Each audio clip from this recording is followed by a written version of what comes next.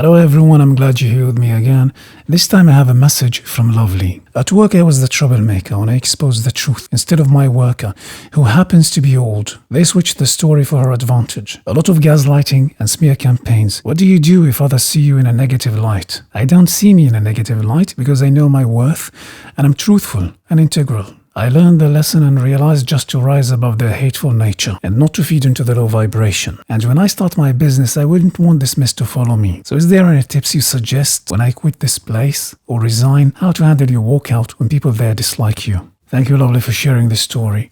I made a video in the past. It was called Human Species or Spiritual Species.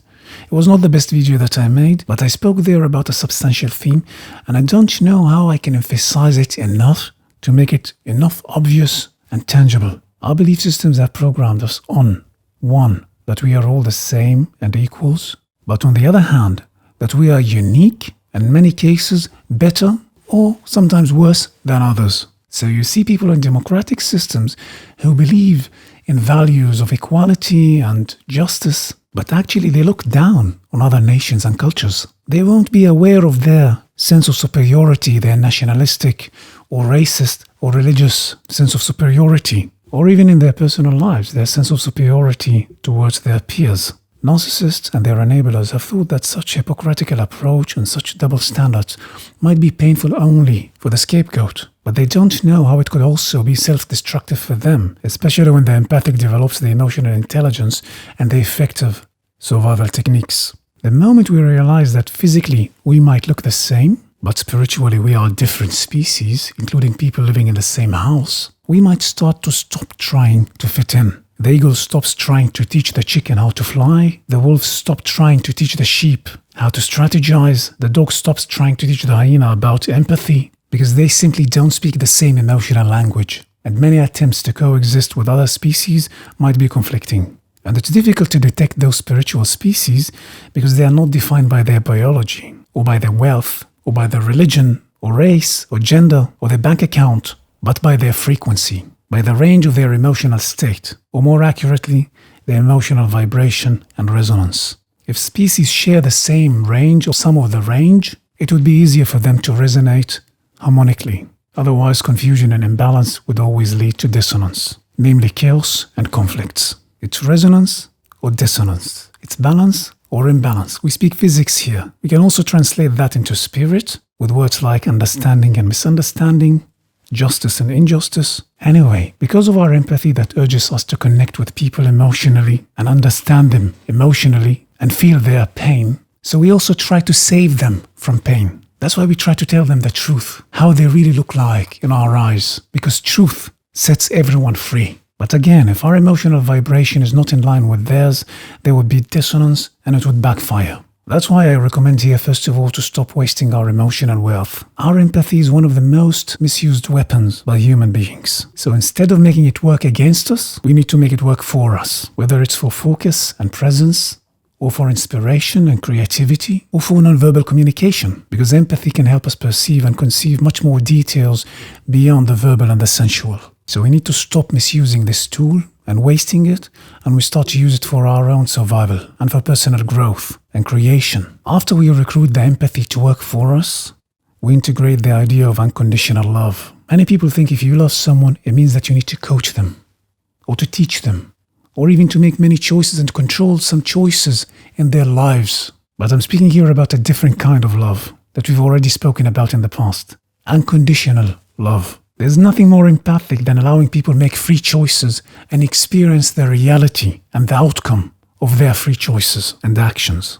This is where I set them free of my control, and I set myself free of responsibility and entitlement that don't belong to me, which makes me more free and light and available for the inspiration and guidance to knock on my door. Many species are too busy with opportunism and fear because they've learned that in order for them to unfold more of their freedoms, they must take the freedoms of others. But the guards and the prisoners are living in the same prison. Do you really want to be a guard, dependent on prisoners to survive? Some would say yes, because there are different species. Some species are more dependent, like parasites. Some species are more independent, like tigers and bears. Some species are codependent, like in competitive and predatory relationships. And some species are more interdependent, like in teamwork and networks.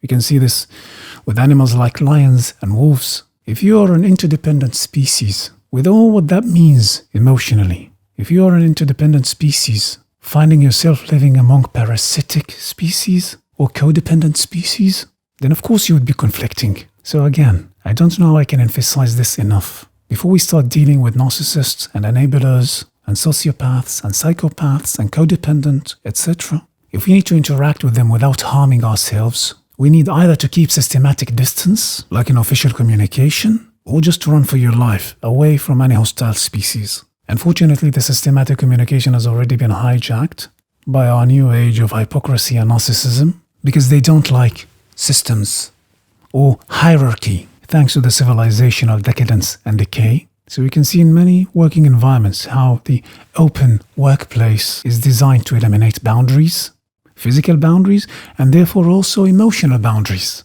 Many codes have been ousted: the dress code, the codes of conduct, the business code, and the systematic communication. They have been ousted because they are too old school. But those values and methods were designed in the first place to allow people to coexist in the same physical space, though they might be different spiritually and emotionally and intellectually. That's why if you don't have a character that is emotionally wealthy and also skilled enough to love unconditionally and to have an emotional range wide enough and flexible enough to tune itself with the dynamics, it would be effective just to leave that state of dissonance and be alone or find one species to coexist with. And in order to find them, we need to let go of all emotional bias and expectations. This is the most exciting thing about this game. One species and salvation might be in the most unexpected place, beyond all their intellectual cages of nationalism and gender and race and religion and their programmed conceptions of themselves. Sometimes I talk to even high-rank executives and I ask them, if you need to make an interview and you need to choose an assistant, you have two people showing up to the interview. One man that speaks 5 languages, who comes precisely on time and masters many technical skills that are relevant to the work, or an 18 good-looking young lady who doesn't speak 5 languages, she speaks only the local language, and she doesn't have skills beside the skills that you are going to teach her, and she doesn't come on time to the interview. What do you choose? Of course, when the executives are females or gays, so I change a little bit the narrative in order to trigger or to challenge their preferences. Anyway, though the executives are in high ranks in their organizations, do you know how many times I hear this answer?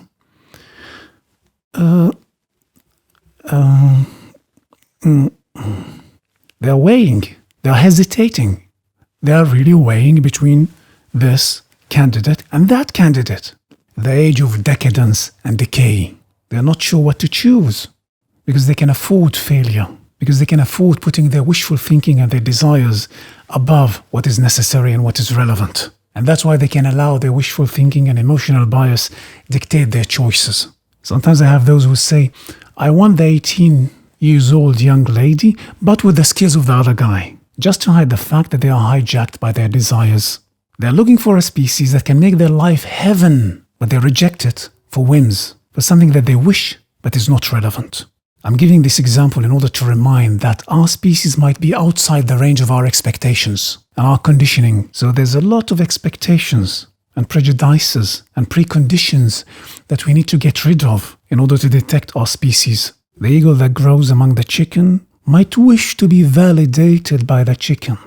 So I tell him, you need to practice your true self and fly high without needing to justify it or to apologize for it. Because the chicken are not your species, and they will never be. And they will never accept you as one of them. Because first of all, you're not one of them.